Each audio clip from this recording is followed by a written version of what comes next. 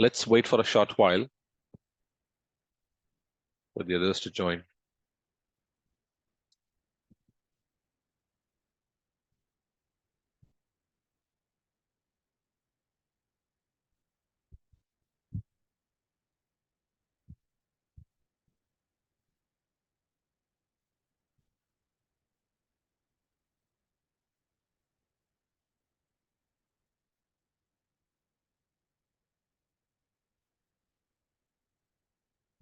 Vasavi, I'm just wondering, is there an automatic way of admitting people who join? Yeah, we see there's a settings like you have to change, make enable, disable the waiting room somewhere. Where is that? I don't see that in security. Start recording. Because people keep coming and going because sometimes internet connectivity may be weak, right? Yeah, we see. How do we? Does anyone know? Anyone on this call? Security settings. Let me see. You see, I think in Google Meet you can do by including the mail ID that they are using. Wait, no, we're not talking about that. Authenticated password requirement. Some. I don't see that. Anyone else who knows? How do we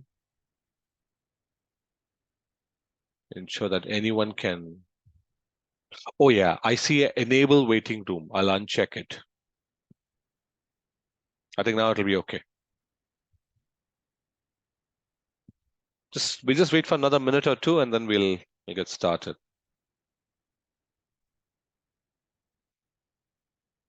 And yeah, enough.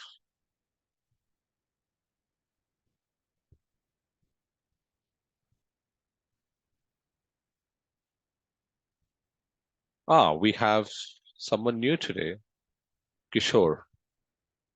Kishore, do you have your video switched on? Just looking for Kishore. Yeah, Kishore. Can you just unmute and introduce yourself? We just briefly wish to know why you chose to join us. So, myself, Kishore Kumar, currently studying third year EEE at GCT. I have a small interest towards data science, so I chose this that it will. Kishore, would you mind will switching give off your me video? You're not exposure. audible. Switch off your video. Your bandwidth is poor. Just switch off your video. I'm audible. See? Yeah, Am I you audible are. now? Yeah, better. Go ahead. So, speaking about me, myself, Kishore Kumar, studying third year EEE at GCT. So, the reason for choosing this course is I have a small interest towards data science and AI. So, I just chose this to the, I just chose this to take a look at what give me a perspective about AI. So that's what about me. Okay. All right. Okay, I think we can give me a moment. All right. Okay, we'll get started. By the way, do we have Sindhuja? Are you there, Sindhuja? Yes, VC. You're there, right? Oh, wonderful. Good. Okay, you're audible too. That's wonderful. All right, so let me get started. I'm going to bore you guys with something first before I leave the floor to Sindhuja and Sandhya. The reason I'm going to bore you guys is I think it's important for the audience to know what we went through during the last 2 days. So the topic of discussion today would be single value decomposition, if I'm right. Okay. Sometimes I get the acronym incorrect. Is it single value decomposition? Am I right? Yes, VC. All right. Okay. So this is again one of those dimension reduction techniques. Again, when Bhargav threw this problem at us, we had no clue what SVD was. So let's call it SVD, single value decomposition. So we had no clue what SVD was. And this was 2 days back. Of course, now we know what SVD is, and we can tell you guys this is pretty fascinating stuff. I mean, what we managed to learn over the last 2 days collectively. I didn't know that you could factorize a matrix. This was the first time I knew. I came to know about it. So it's like, so you have a number 8. We all learned factors in school, right? How to factorize a number. Now it seems like you can factorize a matrix. And you can factorize the matrix in a certain way such that, just think about it. Let's say there's a huge data matrix. You can factorize your matrix in such a way that, let's say this data matrix has 1,000 data elements. And you could compress that data, the 1,000 data elements, to say 50, just throwing a hypothetical number. So you could compress the 1,000 to 50, and then later you just use that 50 to almost generate the 1,000. So if you had a matrix which had 1,000 data elements, and you had all those numbers in that matrix, now it's a lot of data. So when you deal with a world of big data, for instance, and you want to transmit this data, for instance, it's a lot of data. I mean, 1,000 may not be a lot, but typically people deal with a lot of data. So what you can do using SVD is you can literally compress that matrix to just say 50 elements, and just use those 50 elements to reconstruct a 1,000 data matrix. And the fun thing is, it's not rocket science. Linear algebra allows us to do it. And one of the things that Sandhya and Sindhuja will show is they'll take a particular example of how, you take a matrix as an input and compress it, and eventually get back to the same matrix, close to the same matrix, using the so-called compressed data. Again, the question is, does it always lead to a good compression? It depends. It depends on how linear the input data is. We'll come to that a little later, once Sandhya and Sindhuja talk to us about, what exactly they did. Now, another thing is, in this process, we'll hit the linear algebra wall. So when I say that, what I meant is we would still, we would hit this German word called eigen. Apparently, eigen comes from German. We didn't touch upon eigenvalues and eigenvectors. It is something that we will touch upon when we do a little bit of theory. So for the purpose of this session, we'll go with the assumption that we understand what eigenvalues and eigenvectors are. All right.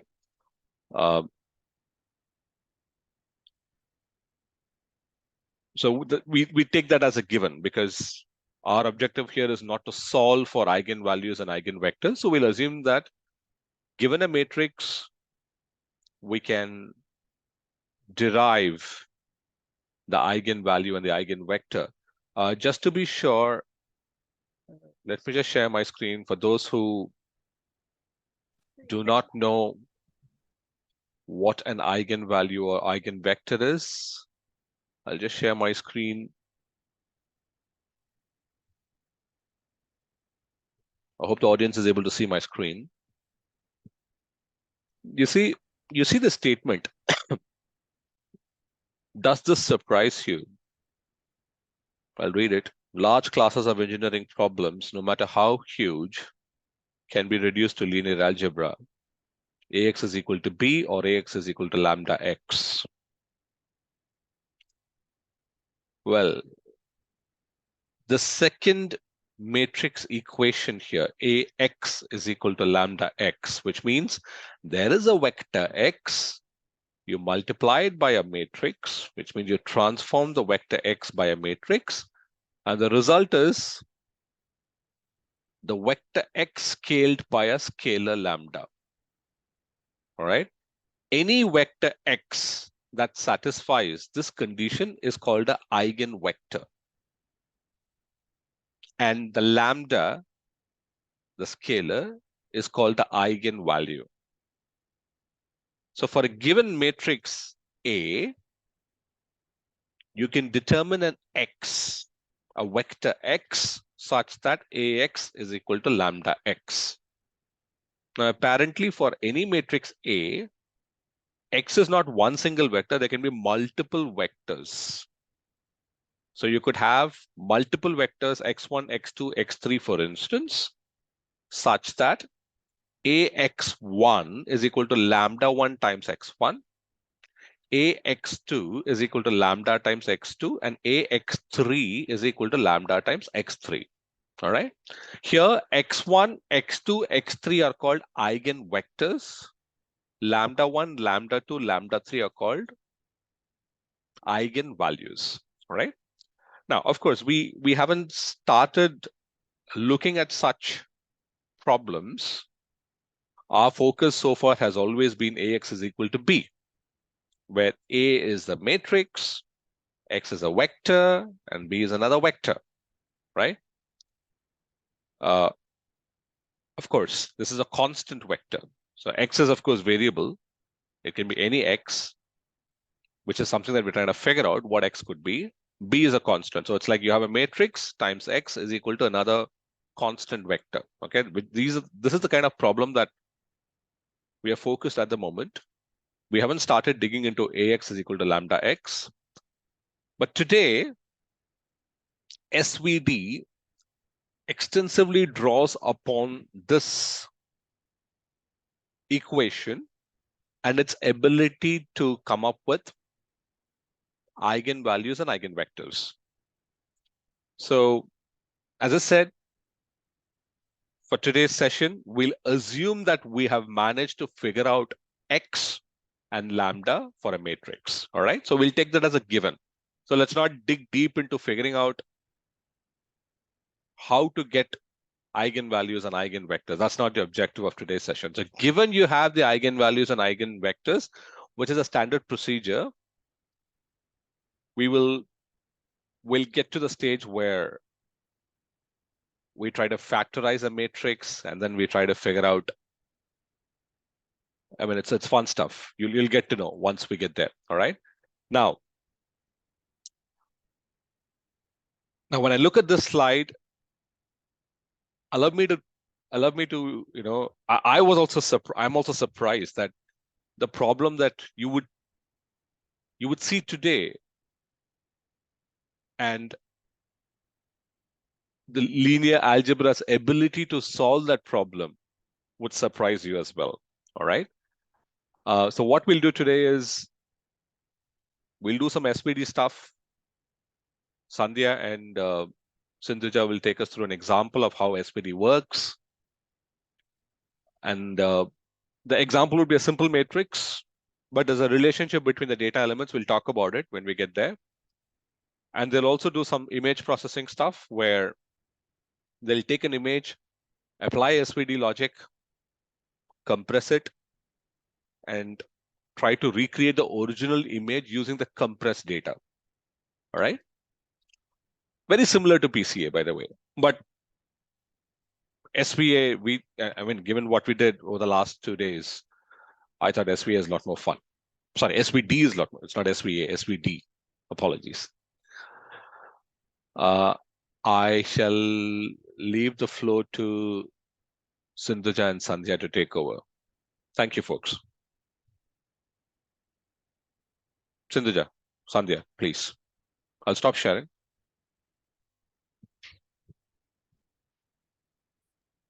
Hello, folks. Let me share my screen so you can get the better understanding about singular value decomposition, which we're gonna see today.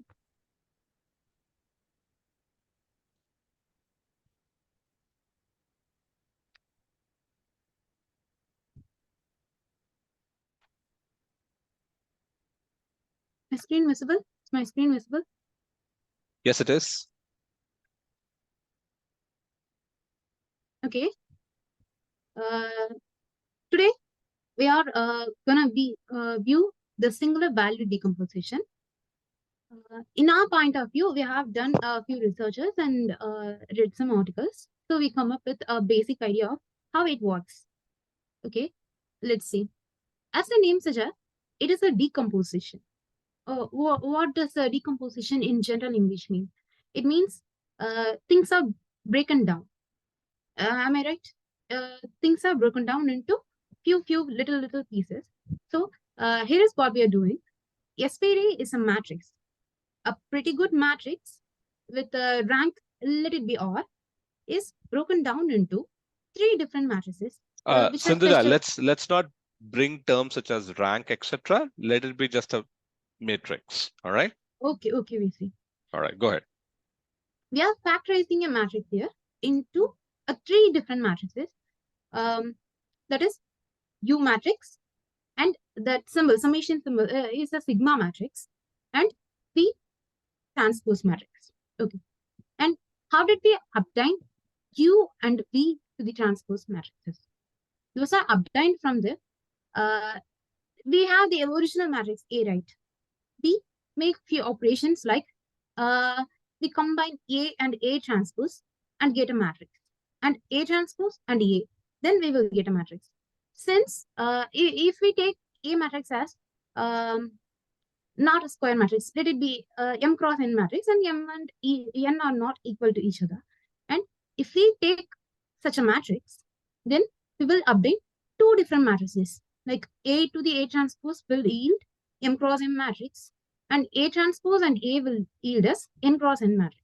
So we have obtained 2 matrices. Now, if we take eigenvectors from these 2 matrices, then the obtained matrices will be U and V, transpose the V. So we haven't done the calculations of how we obtain or extract the eigenvectors from the AA transpose. Just let that we are given the eigenvectors. Okay, allow me to stop you there. Okay, to the audience. So the idea is, again, it's okay if you don't understand this really well. That's okay. All right, because we don't expect this audience to know what an eigenvector is or an eigenvalue is. But just imagine there is a matrix A. Now this can be a square matrix, in which case the number of rows and number of columns are the same. It can be a rectangular matrix as well. So something like a 3 cross 4 could be A. A 15 cross 20 can also be A. All right. What we are doing is we are creating 2 more matrices, A transpose. We are multiplying A and A transpose. You know what is a transpose? Basically, you're replacing row by columns, columns by rows. That's it. That's a transpose. So which means a 3 cross 4 will become a 4 cross 3. A 3 cross 4 matrix, when you transpose it, it will become a 4 cross 3. That's the whole idea of a transpose. All right. So we create a transpose called A transpose. Then we multiply A and A transpose. That's one matrix. Then we multiply A transpose on A. That's another matrix. Now, you may not know it, but A into A transpose is not equal to A transpose into A. This is not like 5 into 6 equal to 6 into 5. It is not the same. All right. We don't need to get into the details. We will do it when we do matrices in detail. All right. That's not particularly important now. Okay. So you have two matrices, A transpose, A. And you remember what we talked about? When you have a matrix, you can always get an eigenvector and an eigenvalue. All right. So A transpose, we get the eigenvector of A transpose and put that into this matrix called U. Remember I told this audience, you can have a matrix A and it can have multiple eigenvectors, right? It's not necessary that you get only one eigenvector for a matrix. So all eigenvectors of A transpose are put into this nice looking matrix called U. All eigenvectors of A transpose A are put into this nice looking matrix called V transpose. All right. And eigenvalues, that lambda, you remember? So if you remember, Ax equal to lambda x, lambda is the eigenvalue. So all eigenvalues are put into this nice looking, or not quite nice, but this matrix called as sigma. All right. Now, it just so happens, again, I'm stating it without proof, that the eigenvalues of A transpose is same as the eigenvalues of A transpose A. It just so happens. All right. They are exactly the same. So look at it this way. In brief, there is a matrix A. You calculate A transpose A. And for that combination, you figure out the eigenvectors. The eigenvectors of A transpose is put into U. The eigenvectors of A transpose A is put into V. V or V transpose, don't worry about all that, whether it's transpose or not. And then the eigenvalues are put into this matrix called sigma. All right. Now, again, don't break your heads too much about how exactly do we manage to factorize a matrix A into 3 different matrices. Don't worry too much about it. Okay. The objective here is not to get to that, but let's work with the assumption that you can do this. All right. Go ahead, Sindhuja. So now we have arrived at the matrices U and V transpose. Then, since we have obtained the eigenvectors, we would also have the eigenvalues in hand. So, from that eigenvalues, so for a matrix, if it is a square matrix, then the number of rows will be equal to the number of eigenvectors you are about to get. The same.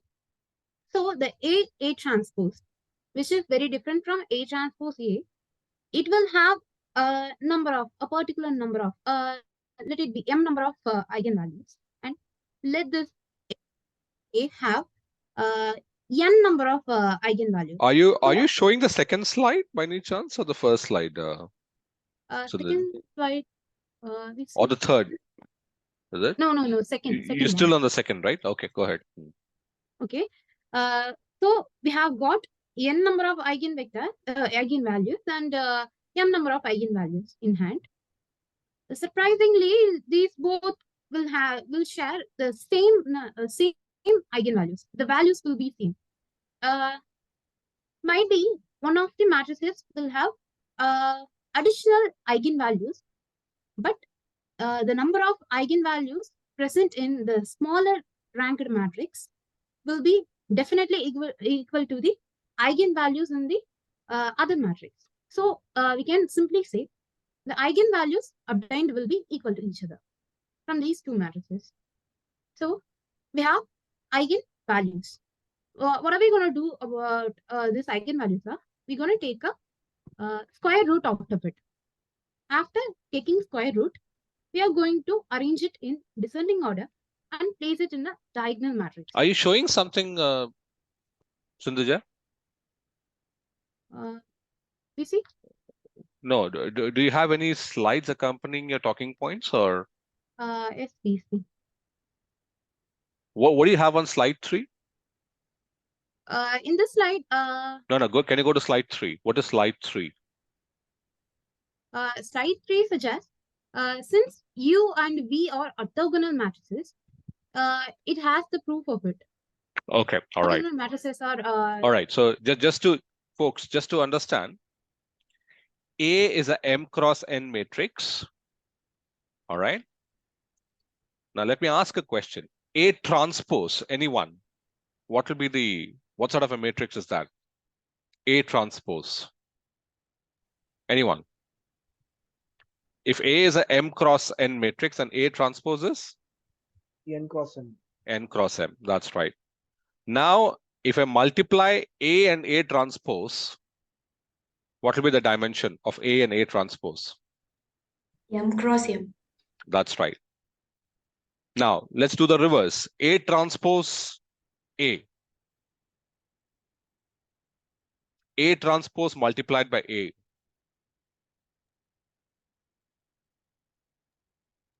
It gives dimension of N cross N. That's right. Correct. So A transpose dimension would be M cross M. A transpose A's dimension would be N cross N matrix. All right. Can you go to the next slide, Sindhuja? Slide 4. All right. So what we are doing here is, this is how it will look, folks. I think this is what you need to understand. Okay. More than anything else, A is your nice looking matrix, your input matrix. So think of all your data. You put that into the matrix format. Okay. Now this data can be any data. We're going to show you something today in the call, but this can be any data, by the way.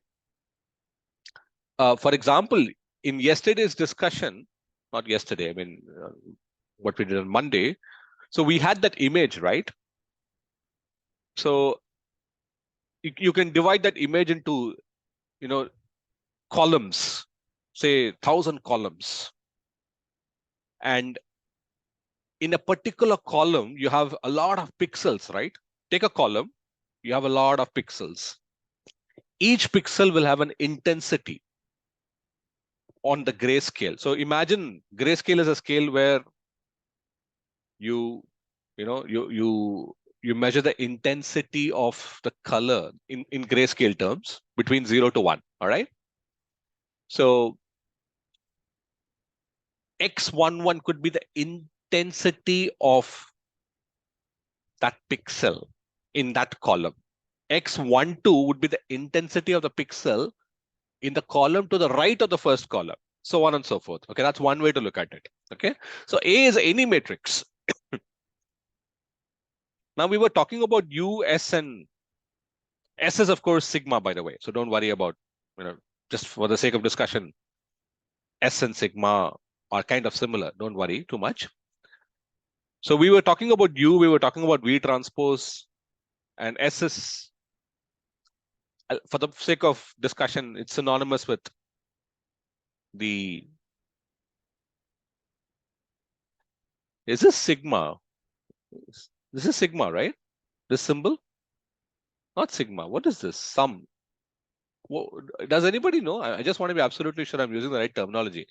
This symbol here, the sum Yes, yes, sigma, it it is sigma, right? All right. Lower case. Okay, all right. So one of them, no, I'm talking of this symbol. Yes, this one. Yeah. Is that called sigma? Yeah, it is uppercase sigma. That one is lowercase. Oh, okay, cool. Okay, thankful. So I didn't tell something wrong. Okay, so now what is U? As we discussed, we have A transpose matrix, and then we figure out the eigenvectors. What is V transpose here? So we were talking of A transpose A matrix. we figure out the eigenvectors. And what is S? So we were talking about the eigenvalue. So technically, we don't take the eigenvalues, but we take what is called as the square root of the eigenvalue. Okay. Again, don't worry too much about why square root of eigenvalue. We'll have to get to the basics of eigenvectors and all that stuff to figure out why we take the square root of eigenvalue. But don't worry too much. Essentially, what we're doing is S is a square root of the eigenvalues, and it turns out that S is a diagonal matrix, which means along the diagonal, you will have these sigmas, and everywhere else it will be 0. And there's a possibility where some elements in the diagonal may also be 0, which is why you see a 0 here. All right. Everything else is 0. It's just that you have elements in the diagonal. It's called a diagonal matrix. All right. To the left is, of course, the eigenvectors from A transpose. To the right, it's the eigenvectors from A transpose A. All right. Now, what we do here is we, when we construct this matrix, we make sure that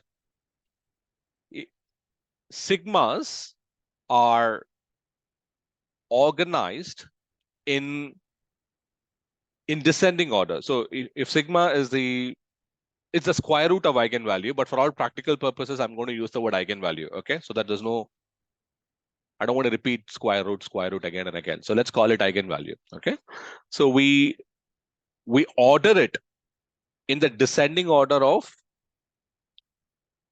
eigenvalues. All right, that's what we do, which is what Sindhuja has mentioned here. Sigma, apparently only positive values are possible, and we order them in descending order.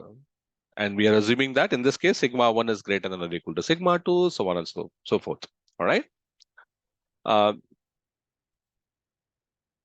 Now, before we proceed, the idea here is, to the right, you have 3 matrices. Okay. If you multiply these 3 matrices, what will happen is,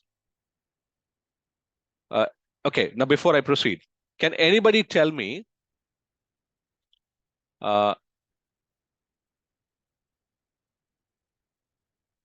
just take the right-hand side, the RHS, all right? M cross M multiplied by M cross N matrix, U into S. Can somebody tell me what's the dimension? M cross M matrix into M cross N.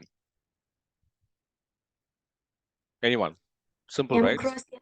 M cross N. Then M M cross cross N, yeah, M cross N multiplied by N cross M, N cross N. So basically U into S is M cross N. And then we are multiplying M cross N multiplied by N cross N. So what do you get? Do we get M cross N again, right? Right? Yes. So the way, Yes. so what happens is, if you take the RHS, the beauty about this RHS is you can actually write the RHS as sum of kuti matrices, each of size M cross N. So the LHS is M cross N. So imagine LHS to be A. You can write RHS as A1 plus A2 plus A3 plus A4 plus A5. All right, you can do that. Each of these A1, A2, A3, A4, A5 has the same dimension, M cross N. All right. But the fun thing there is, which is what you'll understand once they take us through an example,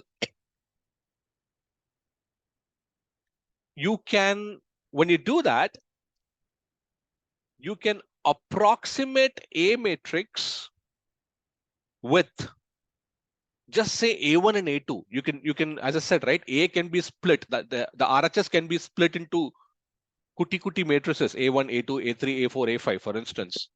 And what you can do is you can say, look, I'll just take A1 and A2.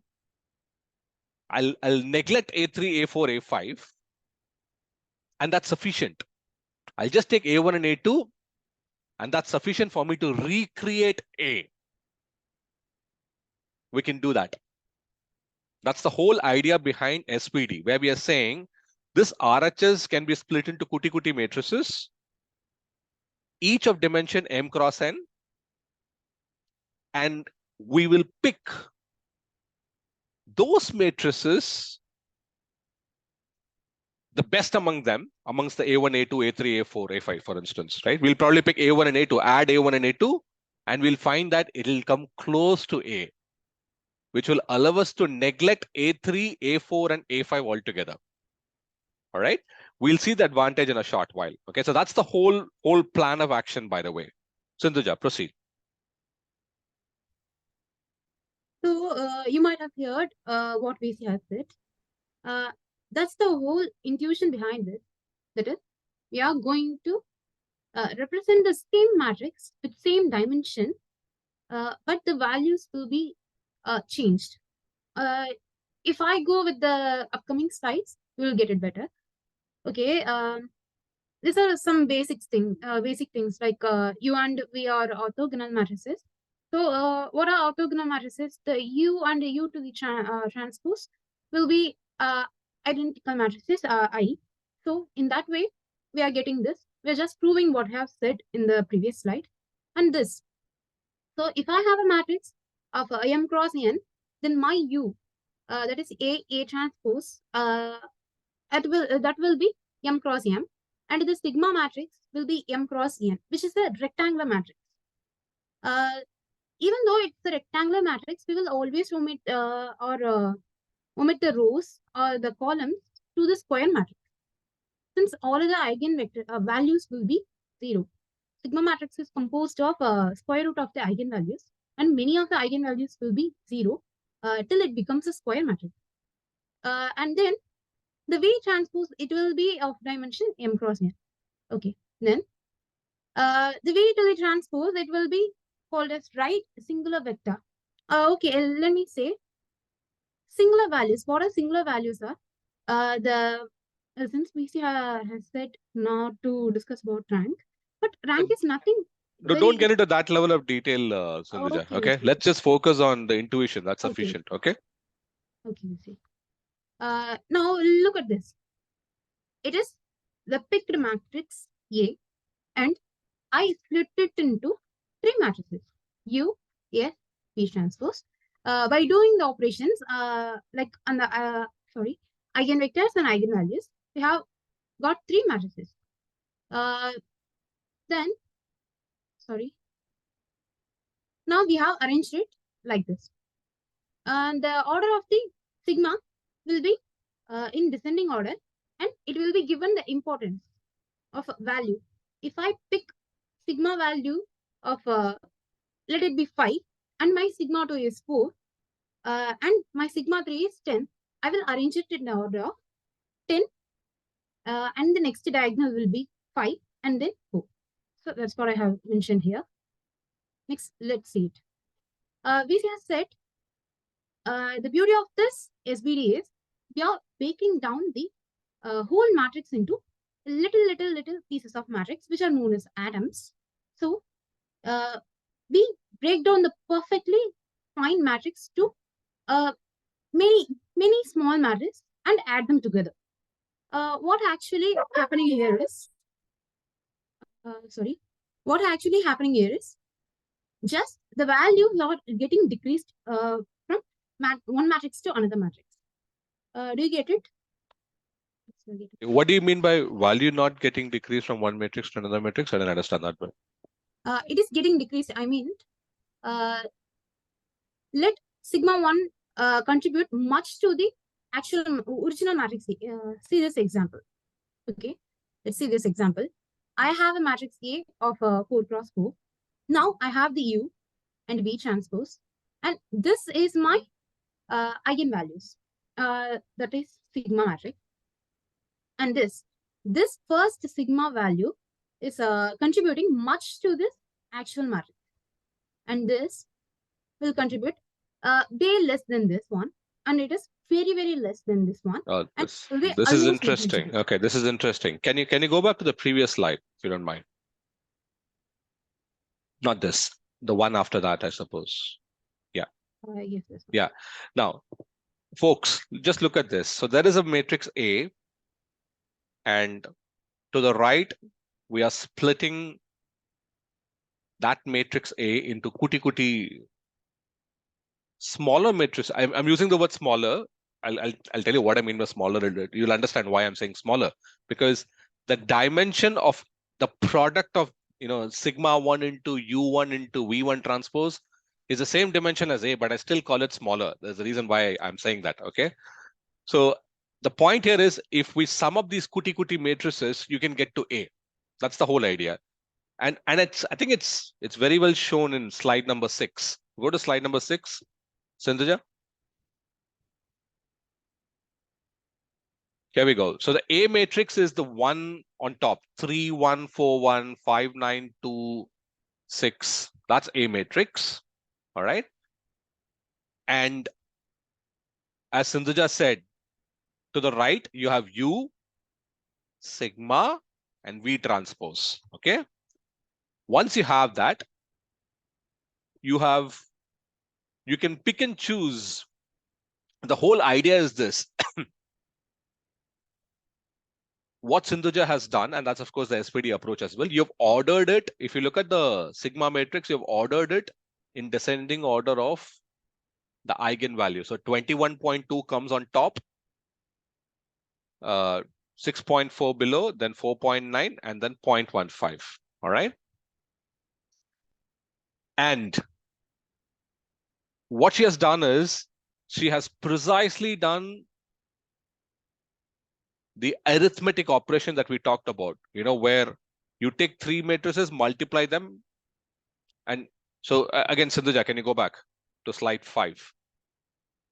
Yeah.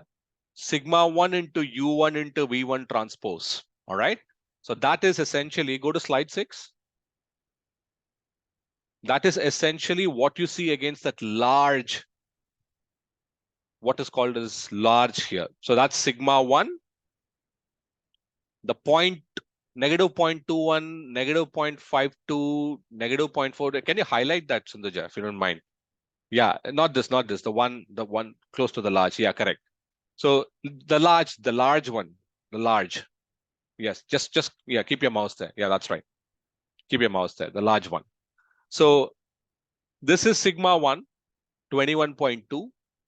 I think it's negative 21. Oh, no, just positive 21.2. Then this is U1, negative 0.21, negative I think it's 5.2. Then the one to the right, negative 0.55, negative 0.52, negative 0.49, negative 0.43 is V1 transpose. So when you multiply these three, to the bottom, just scroll down, you get a matrix with a similar dimension as the original input matrix. Scroll a little above, Sundhuja. Little above. All right. Further. Yeah, correct. The original matrix was 3, 1, 4, 1, 5, 9, 2, 6, 5, 3, 5, 8, 9, 7, 9, 3, so on, right? So if you scroll down, Sundhuja. Right. Thank you. This, Sundhuja, are you sure that this summation is equal to, are you sure? Was there something wrong with this matrix? Because the reason I'm asking is 2.51, because if you sum up these matrices, would you get close to the A matrix? If we add up all these matrices together, we'll finally end up in this matrix. How come 2.51, 3.15, 3.1 will not give you 3, right? Yeah. No, only I'm seeing it. Okay, maybe you should, I think you might have copy pasted something else. Just check that, okay? So folks, basically the idea is, you take the large, you have this first matrix, the second matrix, and the third matrix. In fact, you can get 4 matrices here, because if you scroll to the top, Sundhuja, just scroll to the top. See, I got to know, I guess it's because the negative signs in the U and V matrices again. No, but still, if you look at the matrices below, if you sum it up, you should get, for example, look at the first cell, 2.51, 3.15, 3.1, correct? You have Yes, yes. 2.151 in the first matrix, There's something 3.15. odd. Something is odd, right? Ideally, you just check the numbers. But folks, the idea is simple. When you multiply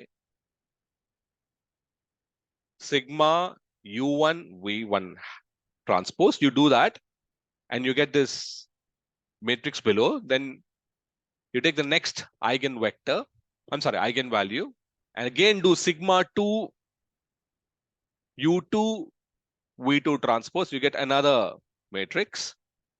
Then you take the next eigenvalue, which is 4.9, which they're calling it small.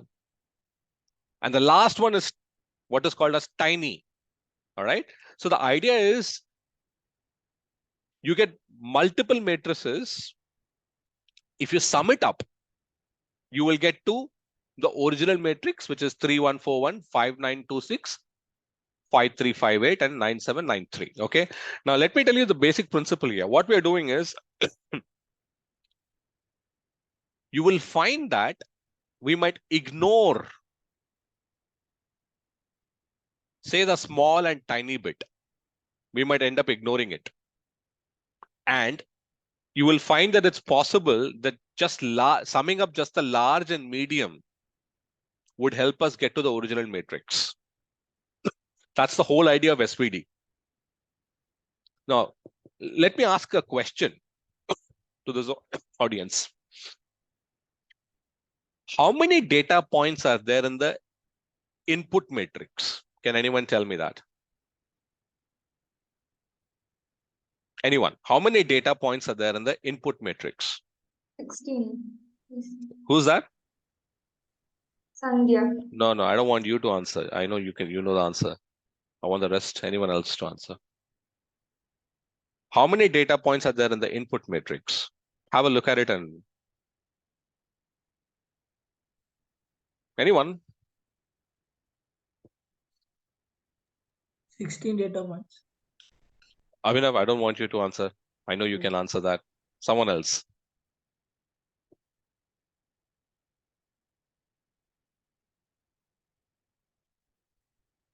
Madhumita, can you? I think it's 4. Now think of which the input. Okay, Sindhuja, can you just help us point to the input data matrix? Yeah, this is the the input one. The input one. Yeah, correct. Just help us locate that input data matrix if you don't mind. Yeah, correct. This is the input data matrix: 3141, 5926, 5358, 9793. How many data points are there? How many data? If I have to transmit this matrix, how many data? The number of data that I would transmit, how much is that? Or how many is that?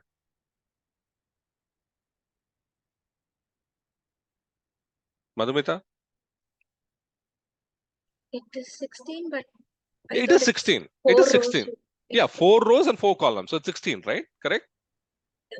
Right. Now just scroll a little below, if you don't mind. Just scroll a little below. Now, to the audience, let us say I'm just going to transmit the large section alone. I'm not transmitting the original matrix. I'm just going to transmit the large section, which means I'll transmit 21.2, this negative 0.21, negative 0.52, negative 0.48, negative 0.67, and then the green thing to the right. Okay. Negative 0.55, negative 0.52, negative 0.49, and negative 0.43. I'm just going to transmit that. How many data points are there? Anyone?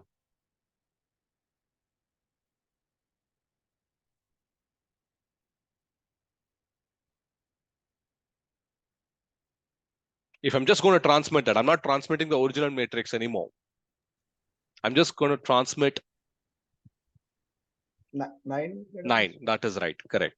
So you have the 21.2, negative 0.21, negative 0.52, just basically you have 9 data points that you're transmitting. So the idea is, you'll understand why I'm saying this. This may not be the best of examples. What you can do is, if I can reconstruct my original matrix by just using these elements here, then I don't need to transmit the entire input matrix. I don't need to. We'll show you an example where we have a huge matrix. We did all this, and eventually you will find that we were able to recreate the original matrix by using far less number of data. Right? We'll show you that. Okay. So the idea is this: you have an input matrix. You can sort of split that into, kuti matrices of the same dimension as the input matrix, such that you can ignore certain matrices and yet reconstruct the original matrix. That's the whole idea, guys. All right. So this may not be the best of examples because I still think the numbers are off somewhere, but visually this captures the whole idea of splitting the original A matrix into kuti matrices such that when you sum them together, you get the original. But the reason why you see large, medium, small, and tiny is because when you get to small and tiny, those matrices will not add much value to the original matrix. So you can ignore them. Right? Those data points will not add much value. So you ignore them, just focus on the bit which adds a lot of value, in the sense that it will help you to reconstruct the original matrix. So you just focus on them. As I said, this may not be the best of examples, but we'll take a proper example in a short while. We have a bunch of codes available, so we'll show you how that works. So that will give you a clear idea. Can you go to the next slide, Sindhuja? We see, actually, to understand the previous slide, we have to look into it. The slide, that is, we have broken down the matrices in the previous slide. Sorry, it came a bit off. Sorry. Okay, we have broken down the matrix into small atoms here, but in this place we are choosing how many eigenvalues, that is the dimension of the eigen vector matrix, that is the sigma matrix, is chosen here. We can choose the dimension of the sigma matrix. From that, we can apply it into practical application, or we can make use of it somehow. That's what I'm trying to say. All right. I think with an example, it will be much more evident. And I would want you to revisit this slide 6. Just make sure that the numbers align, because something tells me that the numbers don't align there. All right. And another thing that I noticed in slide 7, go to slide 7 again. This says 5,3, but I'm not sure whether you're alluding to the example in slide 6, because slide 6 is 4,4. Yes, PC, I'm just using it as an example. Oh, okay. All right. Okay, that's fine. That's fine then. Okay. So just check slide 6 and see whether, get the numbers to align. So we have an example now, right? Example code. So who's going to show that? Is it going to be you or Sandhya? Sandhya. All right. Anything else that you wish to add, Sindhuja? Nothing we see. All right. But just I can explain this one so people can understand how in upcoming sessions we can understand how the number of columns getting reduced. So, all right. All right. Yep. Thank you. Now, Sandhya, you can take over. Show us that example of how the reduction took place. I think Sindhuja, you need to unshare.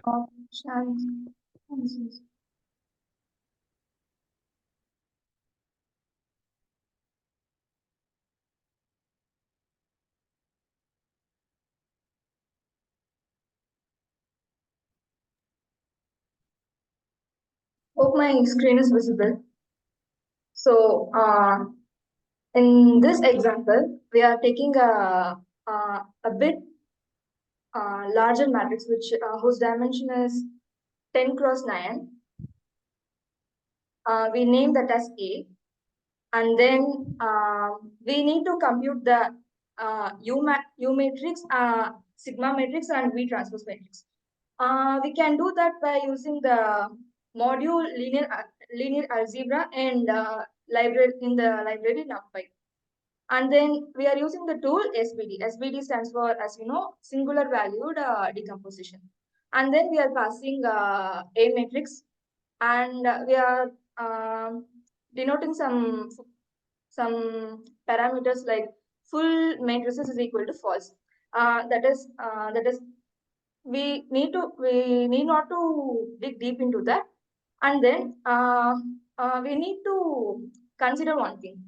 The data type of U1 and VT1 is matrix, but the data type of S1, S1 is for the singular values, that is the square root of eigenvalues of the matrix A. So when we compute Sorry. Is it eigenvalues of matrix A or A transpose? A transpose U. Yeah. Okay. No, And not then, you. S1 is the eigenvalue, the square root of the eigenvalues of A transpose or A transpose A. Am I right? Both will have a same set of eigenvalues added with some zeros. Okay. All right. And then, so we need to convert the S1 into from tuple or list to matrix. So what we are doing is, I'm saving the S1 matrix in as tuple in another variable S, and then I'm declaring like we can do this S1 and transforming it into a diagonal matrix. And then the APP1 stands for approximation. So we are approximating the here we have decomposed the matrix. Here we are checking when we multiply this three matrices, we will get the matrix A. So the approximation. There is no approximation here, right? Yeah, actually it is matrix A only, but like we are kind of showing. Yeah, that's right.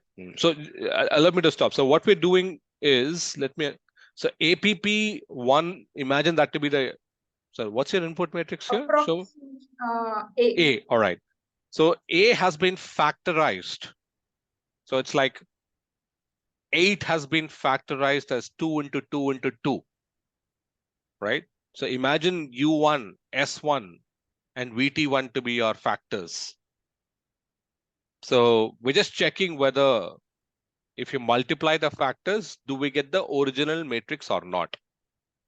So what Sandhya has done is she has literally multiplied U1, S1, VT1 to get APP1, which is another matrix. And this has to be the input matrix, because the whole, if you remember the session, we started with the fact that a matrix, a matrix A can be factorized into 3 matrices, right? That's why we started. So she's just showing us that APP1 is exactly same as the input matrix. By the way, this has nothing to do with SVD yet.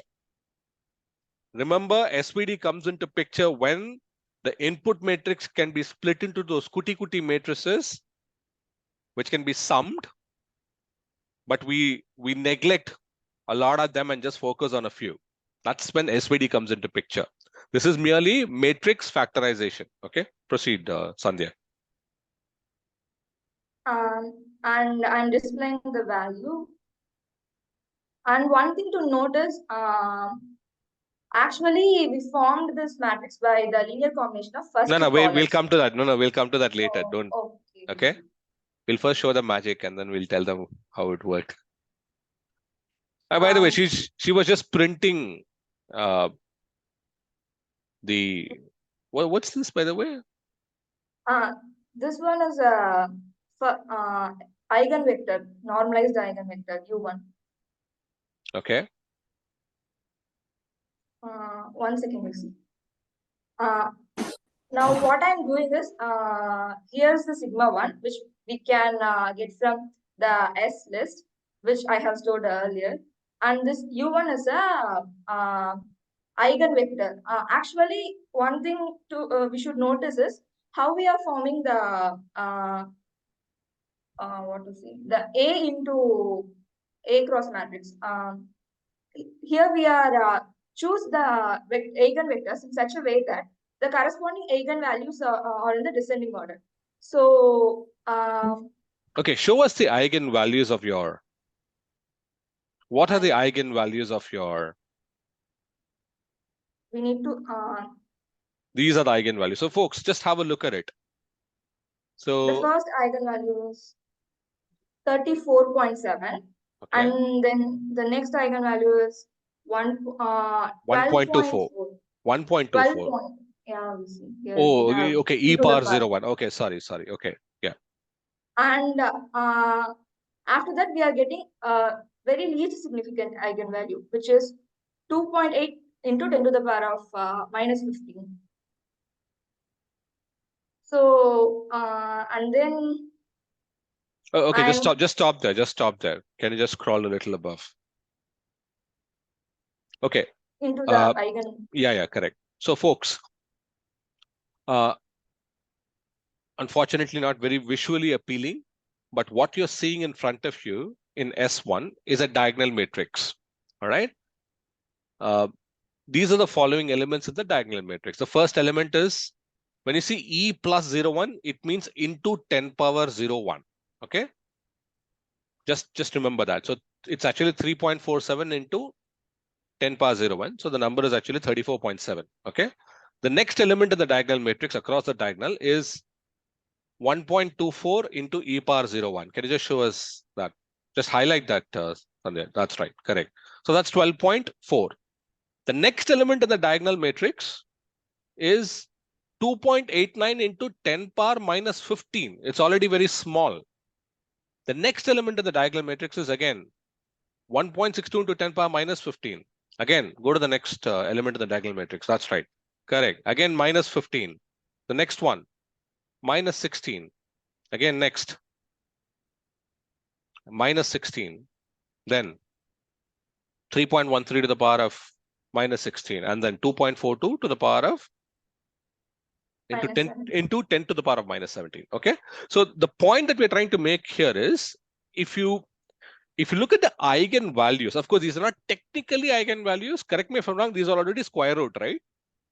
Yes, all right. This is square root of eigenvalues. Okay. So if you look at the square root of eigenvalues, only two seem to be of any significance at all. 34.71 and 12.4. The rest look to be insignificant for us, even though you have a lot of eigenvalues, but only two seem to be significant. Now, Sandhya, can you just scroll down? Show us that nice looking equation that you just showed us as a screenshot. Yeah, that's right. Wonderful. So if you look at it, what we are saying is sigma 1 is an eigenvalue. Of course, I'm using the word eigenvalue, but technically it's square root of eigenvalue. Let's call it eigenvalue just for the sake of discussion. We are saying there are a lot of sigmas. We saw that, right? We saw a lot of sigmas there. Sigma 1, sigma 2, sigma 3, sigma 4, etc. But only 2 sigmas mattered to us. The rest were all very, very small. So which means we are saying this A matrix will be sum of just 2 Kuti matrices. The first one being sigma 1 U1 V1 transpose. The second one would be sigma 2 U2 V2 transpose. So that's how it would look like. Okay, go ahead, Sandhya.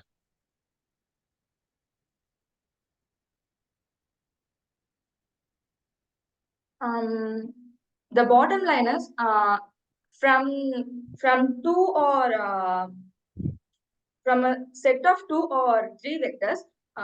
From a set of 2 or 3 vectors, we can approximate the original matrix we Decompose. what is this, by the way? This is What is from U1? the U. What is U1? U1 is more precisely it is a singular vector of U matrix. No, no, okay, U1, no. I want to see. Okay, just scroll down again, if you don't mind. Scroll down. Where can I see? Just scroll a little above, if you don't mind. No, above, yeah. Again, a little below, if you don't mind. Again, a little below. Yeah, just stop there. Where can I see this combination, this product? Sigma 1, U1, V1 transpose. Do you have that? You're asking the product of these three. article? No. The product of these three. Do you have it somewhere here as a matrix? Yeah, we see. Where is it? Show me that. Result one. Yeah, which one? Here we see. I'm like. No. Is that result 1 or result 2? Yeah. Sorry. See. It's result 2. All This right. one is result 1. Okay. So let's just focus on the first element, folks. So basically what she has done is this. She's just taken the first eigenvector. I'm sorry, eigenvalue. Figured out sigma 1, U1, V1 transpose. It's eigen vector only we see. No. The first one is. No. I didn't mean that. I meant you took the first eigenvalue, right? Sigma 1. Okay. Right? Okay. And then U1 and then V1 transpose. And then you figured out sigma 1, U1, V1 transpose. Am I right? That's what you did here, right? Yeah, we see. Correct? Now, Yeah, we see. RES1 is the result of that combination. Sigma 1 into Yeah, U1 into V1 transpose, correct? Yeah, So that's one matrix. Now, this matrix will have the same dimension as the input matrix. There's no difference. All right. So look at the first element there. It's 2.19. Can you show us the first element in the input matrix? Just show us the first element in the input matrix. 4. I think it's good. Yeah. Okay, that's 4. All right. So what we are saying is, yes, the first element in the input matrix is 4. I have this Kuti matrix where the first element is 2.19. Now, can you just scroll down? Go to rest 2. All right. Then what she does is she takes the next highest eigenvalue, which is sigma 2, and she picks up U2 and V2, U2 vector, V2 vector. Okay, I'm calling it a vector, but it can be matrix as well, doesn't matter. Then multiplying all three, and she gets this new matrix RES2. All right. Now, if you look at the first element here, it is 1.809. The first element in the result in RES2 is 1.809. So you have 1.809 here. Just scroll a little above. 2.17. 2.1. And if you sum this up, you'll find that you would get to 4. Okay, so what she has done next is she has summed RES1 and RES2 together. Is that right? You've done that, right? As we see, after computing the V3 and Okay. U3 and V3. All right. So what she has also done is she's also done the same for the other eigenvalues. And look at the numbers. These are insignificant, correct? After discovering it is insignificant, I'm going to... You just ignored them. She just took RES1 and RES2 and summed it up. Okay. And here you go. The approximation is... This is an approximated matrix. Why is she calling it approximation? Because she's only... Take all the exactly. She didn't take all the eigenvalues, just the first 2. What she did was she took the first 2 in descending order and then came up with RES1, RES2, summed it up. Okay. Now, again, just scroll down a little bit. Scroll down. Yeah. Briefly, what she has done. No. Go to the A matrix again. A matrix again. Yeah. So again, folks, A matrix can be split into a lot of these Kuti matrices. All right. Yeah. Wait, just give me a moment. Just give me a moment. So A matrix can be split into a lot of these Kuti matrices. And she's just taken the first 2 because the rest she believes will not add value. All right. Go ahead, Sindhuja. And then finally, what you did. Not Sindhuja, sorry, Sandhya. So you have the And- approximated matrix, and then and then I have computed other vectors too. okay, that doesn't matter All because the they're all insignificant, correct? SPC. And then And then no, we are the difference. Show us the difference. here it is. All right. So what she's also done is, just to be sure, she's taken the input matrix A and subtracted the approximated matrix from the input matrix to see how close we are. Now look at how close we are. We're extremely close because the difference is, look at all those differences, folks. It's in the order of 10 to the power of minus 15. So literally what we have done is we have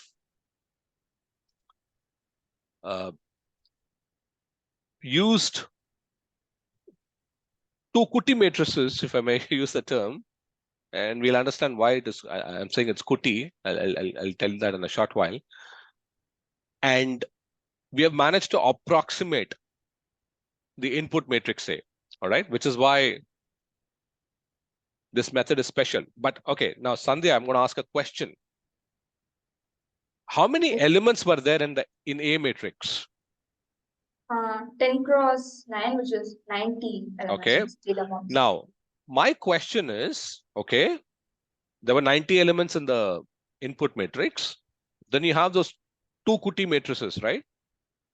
Yeah. Both matrix had 90 elements too, correct? Yeah.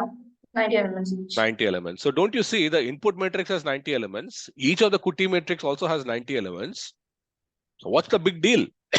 It's like 90 and 90, 180 elements, right? And the input had only 90 elements. So where am I gaining?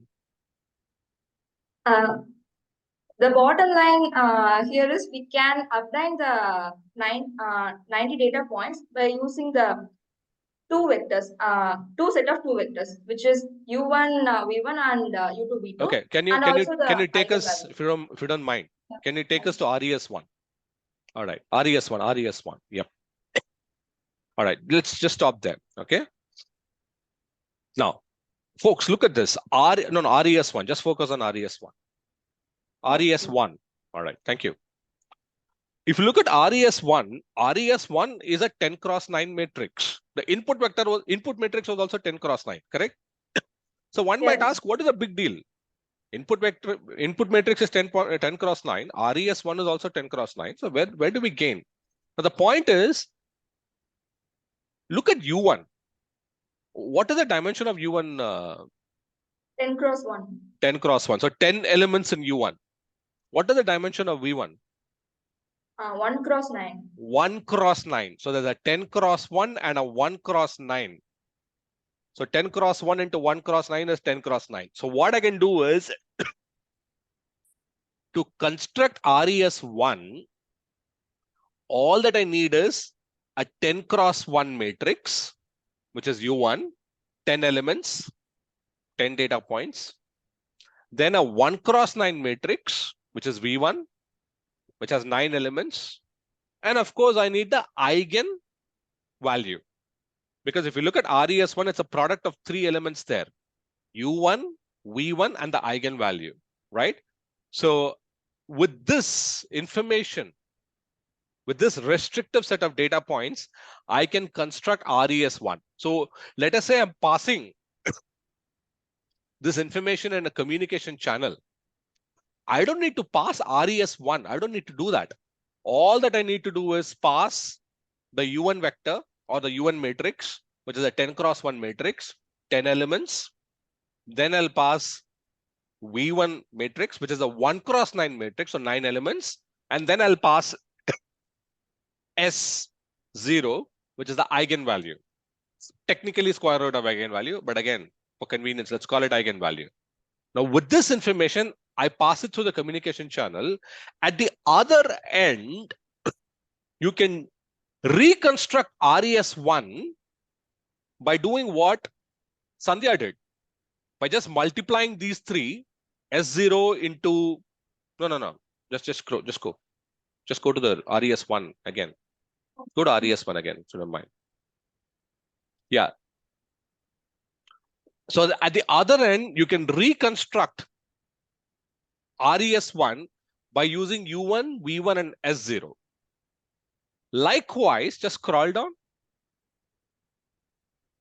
You can do something precisely similar for RES2. It's again U2, V2, and S1. U2 is again a 10 cross 1 matrix, Sandhya, correct? Yes, VC. V2 is a 1 cross 9 matrix, correct? Yes, VC. All right, so 10 elements, 9 elements. And then S1, which is one eigenvalue, technically square root of eigenvalue, okay? So it's just 20 elements, correct? 10 Yes, elements in U2, 9 elements in V2, and then 1 element in S1, right? I can pass this through a communication channel, and at the other end, I can construct RES2, right? Yes, And finally, to get to A, I'll have RES1, I'll have RES2, I'll just add them together and I'll get A.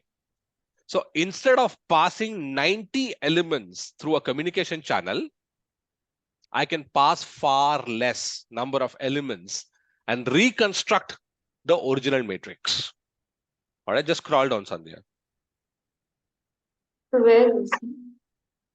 So are you showing the number of all the way down? What do you have at the end of the? I didn't add the Okay, okay, that's fine. So basically what she has done is she is telling us how many data points are actually used to reconstruct RES. So she didn't add the eigenvalue. So you actually have 2 eigenvalues. But other than that, she is saying, look, we're using 38 data points to reconstruct RES, which had 90 data points. All right. Sandhya, can you just show us, do you have the other example too, the image one? Yes, VC, but I think That's okay. If this fails, it's okay. You can fix it and send it to us later. But you have the image compression one too. is my screen visible, VC? Yes, yes, it is. Okay, now again, folks. So the way to just scroll a little, okay, look at this image, folks. Okay. Now the way to interpret this image is think of these as multiple columns. So you're dividing this image into multiple columns. Against one column, of course, you have a lot of rows. 2000 cross 1500. Right. And you are recording what is called as the intensity, something like an intensity of each pixel. That's the data point here. All right. So if you look at the input here, a lot of data. Now the whole idea of SVD is again something similar. This is a big matrix containing all intensities of this image.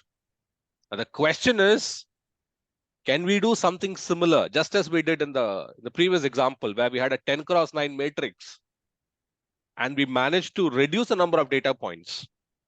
Can we do something similar here? Right? Now, if you remember, in the 10 cross 9 example, we decomposed the original matrix into 2 Kuti matrices. We stopped at 2 because we figured out that the moment we added those 2 Kuti matrices, we could get back to the original matrix. So we stopped there, right? Here, the whole idea is you keep increasing the number of Kuti matrices so that you can recreate the original image, which of course is represented as a matrix. All right. So just show us what exactly you have here, Sandhya. Go ahead. Here we are converting, we are importing an image and then we are converting it into a grayscale for better understanding. And then we use SVD to decompose the image into three matrices. And then since we don't have enough knowledge of the eigen values here, more clearly singular values, we are using a trial and error method where we first assume like, okay, we have say 5 significant eigenvalues, and then we see the output. Okay, just stop there. Just stop there. Okay. Again, let me tell the intuition of 5 here. Again, Sandhya, can you take us to that lovely looking image which that split? No, not this. The image that split the A matrix to those Kuti matrices. Where do you have that? Okay. Just show us that. I think it's there in the other Yeah. notebook, right? I also have the entire. That's okay. No. Oh yeah, this is good too. Yeah, this is good too. Yeah, this is good. This is good. All right. So again, let's understand this, folks. So basically what we are doing here is, no, don't show me all this. Just show that addition. Yeah. No, not this. Just that. Correct. That's sufficient. The idea is simple here. What Sandhya is attempting now is she's trying to figure out how many Kuti matrices are needed to get to A. A here in our example is that, is that matrix that represents the original image. That's A for you. All right. What we're attempting now is we are trying to see how many of those Kuti matrices are needed for us to get to A. We're not going to have all possible combinations, because if you do that, then it's as good as having A itself. There's no difference. But we keep experimenting with R, which is the number of Kuti matrices, so that at one point you say, I have enough Kuti matrices for me to regenerate the original matrix. All right. Sandhya, can you just show now? So we started with 5, is it? Yeah, we see. All right. So when we say R equal to 5, it's R Kuti matrices, essentially. Imagine it that way. R small matrices. You sum it up, nowhere close to the original matrix. Then And then we are assuming R is equal to 20. Okay. Then you get closer, a little better. Then as you keep increasing, you'll find that it's When getting R much is better. equal to 100. All right. Of course, if you keep increasing R to the maximum extent possible, and there is a limit to that, it is defined by the number of input columns, rows and columns. Okay. We're not going to get to that. But the idea is you can do that. But the point is, if you go all the way to the maximum possible R, it will be as good as sending the input data itself. So you never do that. So what you do is you basically, what do you do, Sandhya, in that case? Tell us. How do you decide when to stop? By using this this graph we see, which we obtained from some cumulative sum. Okay, what does it do briefly? Actually, it plot the eigenvalues in the descending order. So we can see, sorry. No, I think you should show the one below. The one below. Just show the one below. The cumulative sum. I don't know how they obtained this. Okay, briefly, I'll tell you, folks. So what they are trying to say here is, it again goes back to what we learned in PCA. So it means, just scroll down. You have R. So at the bottom, you have R in the x-axis. And the top, you have, imagine that to be the percentage of data, the original data that is explained by these sum of Kuti matrices. Look at it that way. I'm going to put it in a very crude way. So here is an original matrix A. Then you have those Kuti matrices that you have summed up. You're not exactly going to reach A, but you're going to be very close to A. So what the y-axis represents is what proportion of the original matrix is being explained by the sum of these Kuti matrices. So you start with R. When your R is less, you can clearly see that it's explaining 0.6, 0.7. As you keep increasing R, Sandhya, can you just scroll up? Yeah. You get to a point, just show us, I mean, you should compress your screen, Sandhya, because we're not able to see the x-axis. Oh, that's okay. Just, yeah, this is good. Yeah, this is good. Yeah, this is sufficient. Okay. So when you reach an R value of, say, something like 200, 250, 300, you can see that we are almost explaining 90% or 95% of A. And we decide based on it's up to us to decide what is that cutoff. If it reaches 95% of, say, the original matrix, then we say, stop, enough is enough. I'm just happy with that R value. So what does it mean? It basically means I will use those R Kuti matrices to get to A, and that's sufficient. And the data required to construct each of those R Kuti matrices is what I would pass through the communication channel. And you will find that that is far, far less than what you would do had you passed the entire input matrix through the communication channel. That's the whole idea. Anything else that you wish to share, Sandhya? Nothing, VC. Okay, wonderful. I'll stop here for questions. I'm sure there'll be some questions. Feel free to shoot them. Audience. VC, I have a doubt. Can you hear me? Yeah, Ratna, go ahead. Yeah. In the previous slide, Sindhuja showed, right?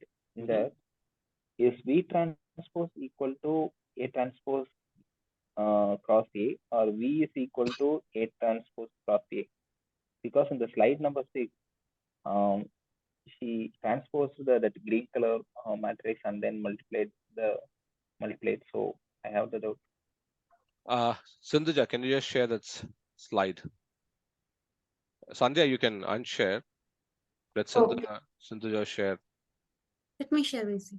Yeah.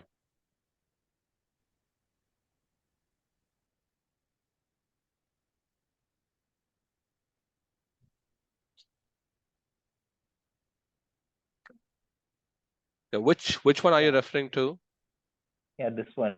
Okay. Here, can you see the green color matrix is being transposed and then being multiplied, right? Sorry, can you be loud? I didn't understand. Say that again. The green matrix has been transposed and then being multiplied, right? In the Yeah, correct. in the Correct. slide. That's right. Yeah. What I'm asking is A transpose A cross A is directly equal to V transpose, or it's equal to V? No. It's nothing to. Okay, let me explain that. Just scroll to the top, to the first slide. Yeah. So U is the eigenvector of vectors. It's a matrix found by the eigenvectors of A transpose. Okay. We haven't discussed what is an eigenvector. We haven't talked about it. Okay.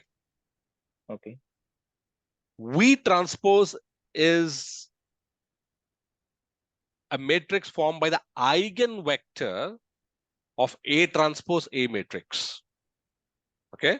So what you see against U and V is not A or A transpose. It's the eigenvector of A transpose matrix and the eigenvector of A transpose A. So don't confuse U and V with A or A transpose. It's not A or A transpose. It's the eigenvector of A transpose combination. Okay. All right. Yeah. So now, what is your question? Given that. I don't know the eigenvectors. That's right. So don't worry too much about it. We will come to that when we discuss a little bit more of linear algebra. Okay. But for a moment, just assume that there is something called as eigenvector that you can determine for a matrix such as, say, A transpose or A transpose A. By the way, you can determine eigenvectors only for a square matrix, but I'm not even going to talk about it now because it'll only make things worse for us. Any other question? Yeah. Sorry? I can't hear you. Who's that? It's Ratna. Okay. Any other questions? Okay. All right. Anyone else with a question? Feel free to ask them. VC, one question. Yep. So last class also we dealt about with this dimensionality reduction with PCA, and this is with the SVD. So can we say that SVD is like better than PCA for this Okay. compression? Good question. We don't have an answer yet. Okay. It looks like both are very similar in terms of the technique. Internally, if you look at PCA, it also does very similar to what SVD does. Not much of a difference. But I've been trying to probe further. My gut feel is it is more to do with how you deal with data. That's the sense that I'm getting. For example, if you look at the data that we've been using, the A matrix, we didn't standardize the data, if you think about it. At least so we didn't attempt to do it here. We just took the A matrix and then we went ahead with figuring out the SPD. I think with PCAs, we would standardize something like that. I don't have a clear answer. I wanted to ask Bhargav, but Bhargav is not there today. So once he's back, we'll ask him what is the difference and which context we use SPD and under what context we use PCA. So at the moment, it's not very clear. But both of them is attempting to do the same thing. But we found SVD very intuitive because of what it is attempting to do, where you have a big matrix and then you have those Kuti matrices that you can construct using less number of data points, and yet you manage to reach A, which is what makes SVD very interesting in a way, the way it is constructed, at least. Yeah, we see that's what I also thought intuitively, because you're breaking into chunks and arriving the bigger one. Exactly, But exactly. it's like an amalgamation, linear combination. So still they are doing that standardization. So I'm not clear with it. Yeah, even I'm not very sure what is the difference, but let Bhargav come back and then we'll ask him. Sure. Thanks. Anyone else? Visi, I have a doubt. May I know who's this? Yeah, it's Kanmani. Go ahead, Kanmani. So you are saying that we can recreate the matrix with the singular values, not the singular values, with the significant values we got, right? Or Correct. the top values. Correct. We can neglect the insignificant values. Correct. Yeah. So how we differentiate the significant and the insignificant values? Good the top point. values are called significant. That's right. Absolutely. So what you do is you get the eigenvalues. Sandhya, can you share your screen now? Take your example and show us that eigenvalue matrix.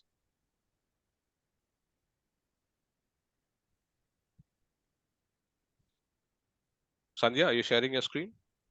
Yes, Visi. All right. Show us that eigenvalue matrix for the 10 cross 9 input matrix.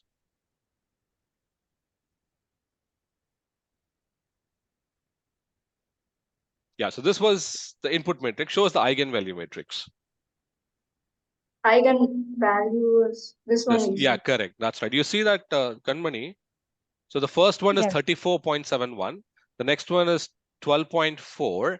And if you look at the next one, it's already 2.89 into 10 power minus 15. You see that? Yeah. So you tend to ignore. So what we usually do is we sort this whole thing in descending order. And while constructing the Kuti matrix, we take the highest eigenvalue, construct that first Kuti matrix, then take the next one, construct the next matrix. Keep adding it so that you get closer and closer and closer to the original input matrix. That's the whole idea. But at one point you stop. You say, look, enough is enough. I don't want to go any further. I'm happy with what I'm getting, which is what we did in the dog example. If you look at that R, we started with R equal to 5, which means we're adding 5 Kuti matrices. Then we attempted R equal to 10. We kept increasing, and then we figured out that at one stage, yeah, this looked good enough. It does look like that, the input image. So we stopped. We said, look, we don't want any more. We don't want to increase the R. So R here is the number of Kuti matrices that we're going to add.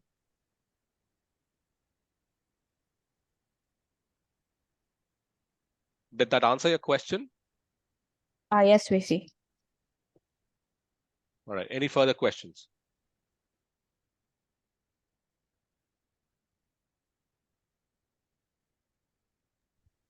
We see this plot, the R plot, which is shown in the second example, that is only for the image reconstruction, right? We don't have any such kind of plots for the example one, right? No, we didn't do that, but we can. This is something that it's a function that's available. We could have done that. Okay. It's just that we didn't do it because with the other one, it was almost exact. We just took the first two eigenvalues and we managed to get the input vector itself. Here, if I were to type the input vector, that's huge. You know why? Because there are 1,000 columns, maybe. How many columns are there, Sandhya? 2000 cross 1500. Yeah, so 2000 cross 1500. So you can't print that, right? So that's the number of data points that is there in that image. And what we have done here is by using those kuti matrices, which each of those matrix uses less number of data points, by the way. Don't forget that. Though when you multiply, you get the original size, but the number of data points that is needed to get to that bigger size is smaller. All right.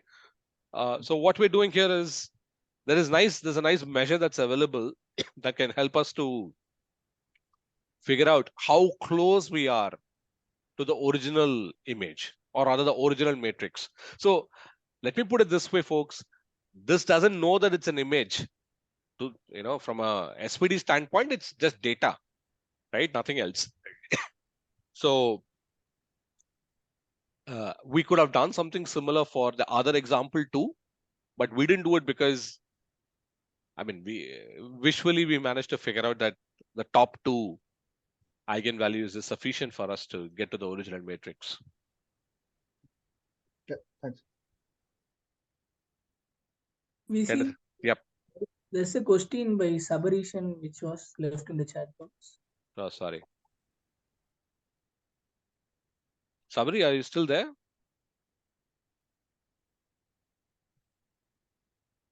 Oh, okay. You can't switch on the mic. Okay. With elements, will elements in A matrix and sum of small matrix? Okay. It's a good question, and I think we have answered it, right? What we're saying is, folks, look at the chat. Sabarishan has asked a question. We also had this question because if you look at the kuti matrix, the size of the kuti matrix is same as the A matrix. There's no difference at all, right? A matrix was 10 cross 9. Each kuti matrix was also 10 cross 9. But the catch is, exactly, you're right, Sabarishan. If you have 5 small matrices, then you would be having 90 elements. But the reality is you will never go to that extent. You will never go to 5 small matrices. You will probably stop with 1 or 2. So, but if you're going to 5 matrices, might as well not do this. All right. But you have a fair point. Okay, we see. I understood. All right. Okay. Good. So we should stop at some limit, right? Such that it does not exceed that number of elements, right? That's right. Correct. No, there is a limit to it. There is a very functional limit to the number of kuti matrices that you can generate, depending on the input matrix. We didn't get into all that because we don't want to get into a lot of linear algebra and then our heads will start spinning, because we haven't gone to the stage where we discuss matrices in detail, right? So we'll do that. Once we get to the theory bit, we'll do that. Oh, okay. Got it.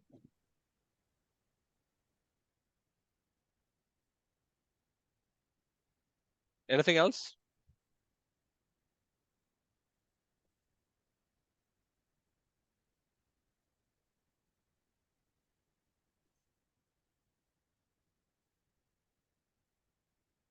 No other question?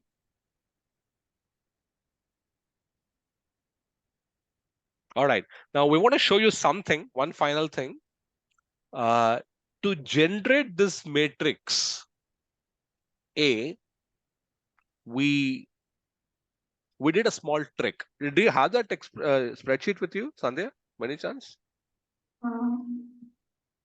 Yes, we see, but I think I can't share that. Oh, is it so? Okay. All right. So by the way, I will tell you what we did. Okay. We populated the first column 4, 2, -2, 7, -1, 2, and the second column at random. Okay. 1, 3, 2, 5, 6, 7 at random. Every other column was a linear combination of the first and the second column. That's how we generated this data. So only 2 columns were independent, the first column and the second column. Everything else was a linear combination. That's how. Can you just share that? It's okay if you share that. Hope it is visible. Oh, yeah. Good. Wonderful. So if you look at it, the first column A, we plugged in some values. Column B, we plugged in some values. All right. Column C onwards, this is not showing because we saved it as a CSV, so that formula disappears. But the original Excel sheet, 1.6 would have been some 0.3 times A plus 0.4 times B, something like that, right? Then column D would be again a linear combination of A and B. Column C was again a linear combination of A and B. Column F is again a linear combination of A and B. So now do you understand why only 2 eigenvalues dominated? Because everything else was a linear combination of A and B, which is why, when we figured out the eigenvalues for this matrix, we found out that only 2 eigenvalues were dominant. The rest were all chuma time pass. Okay. So in a way, if you think about it, what it is trying to do is, given this data, it is trying to identify linear combinations. It's saying, look, you have 90 elements here. I agree. But linear algebra managed to figure out that column C, D, E, F, G, H, I are all linear combinations of A and B. If C, D, E, F, H, I are linear combinations of A and B, all that I need to do is, can someone tell me, do I need to pass column C, column D, column E, column F, column H, column G, and column I? Do I need to pass all of them through the communication channel? If I have to pass this information, anyone? Abhinav, you don't need to answer. I want someone else to answer. Anyone? Only Do I two need to columns should pass. Sorry, say that again.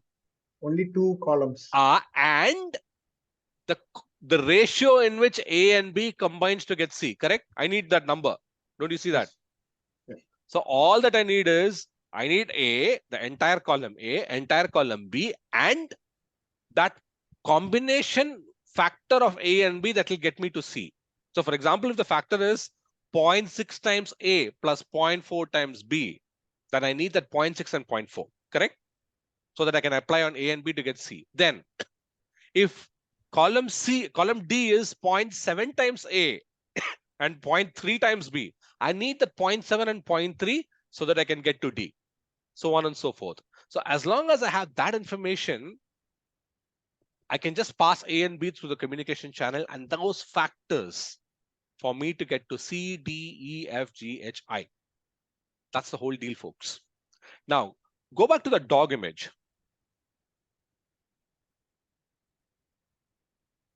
Sandhya. Just share the dog image. Yeah.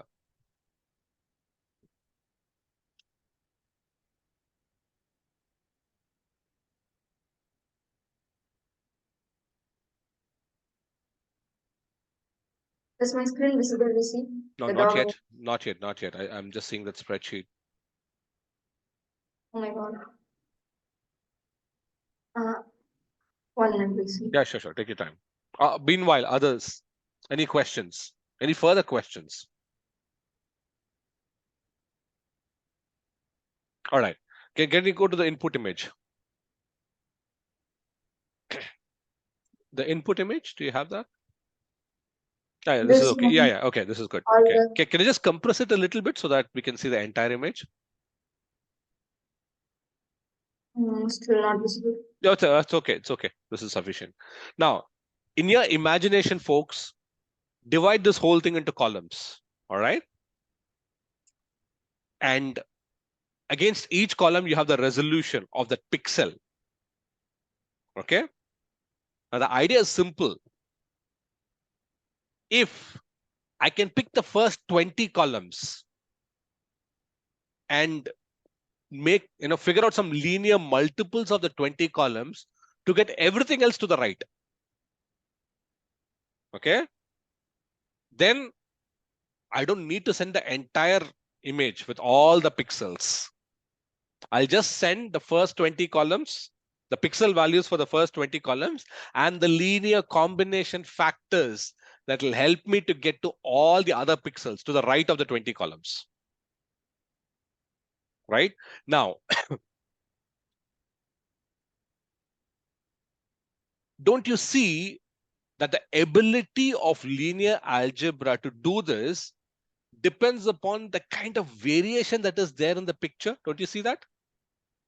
If from left to right, there's a dramatic contrast at each and every step, at each and every column, if there's a dramatic contrast,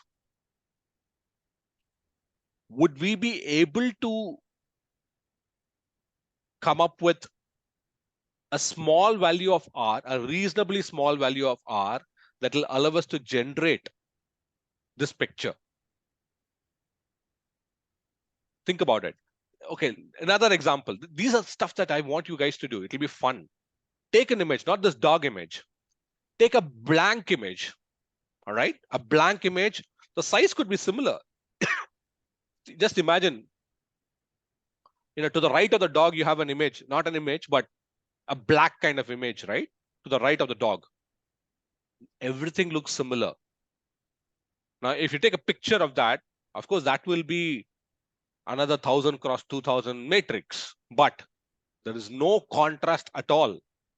So it's like as though the first column, if you have the pixel values of the first column, I can multiply it by the factor of 1 to get all the other pixels, correct? Just imagine to the right of the dog, whenever you have this black screen. So we can try that. Supply a black screen or a white screen, nothing else at all. See at what value of R you're able to generate the original image. For a very small value of R, you should be able to generate. If there is another image, very colorful, okay, let's not use the word color here. We're still operating in grayscales. Very contrasting, right? Between each pixel, you have one column, the next column, the next column. Between one column to the next, there's a lot of contrast. Between that to the next, again, a lot of contrast. Don't you see that under those circumstances, you're not left with a choice. You have to pass everything. Why? Because under those circumstances, you may not be able to get R columns so that you can use them to generate the rest as a linear combination. Now, that's the whole deal, folks. Okay. I think thankfully nature is such. It is such that the contrast isn't that stark. The contrast between these pixels isn't that stark, which is why, especially in a single image, between one image and something else altogether, there could be the contrast can be huge. But in a single image, thankfully, I think there isn't much of a contrast, which is why we are able to use a restrictive set of columns and generate the rest as a close linear approximation and generate the whole image again, or rather regenerate the whole image again. I'll stop here. Again, questions?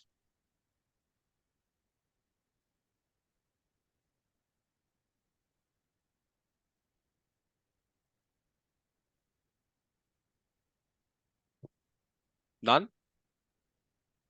Everything went through the roof, is it?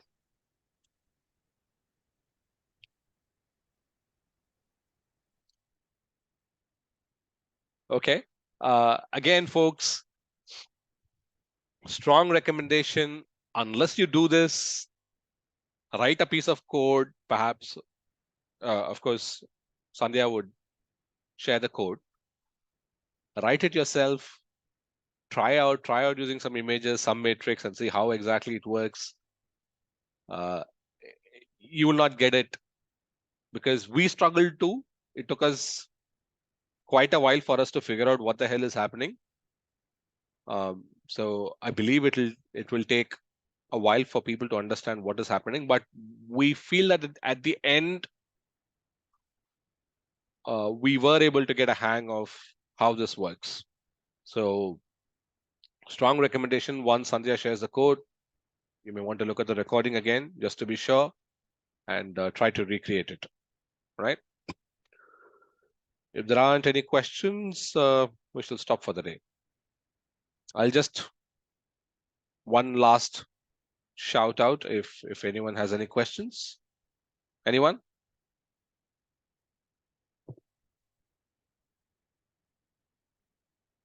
Okay, I'll take silence as no questions. So thank you very much and good night. Thank you. Good night. Thank you.